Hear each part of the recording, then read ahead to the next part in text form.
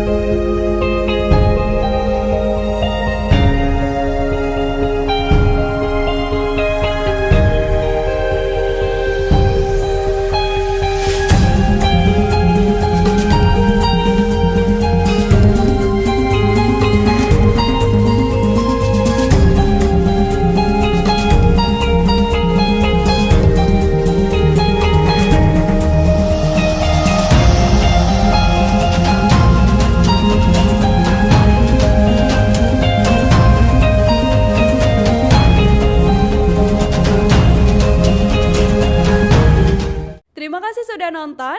Jangan lupa like, subscribe, dan share ya.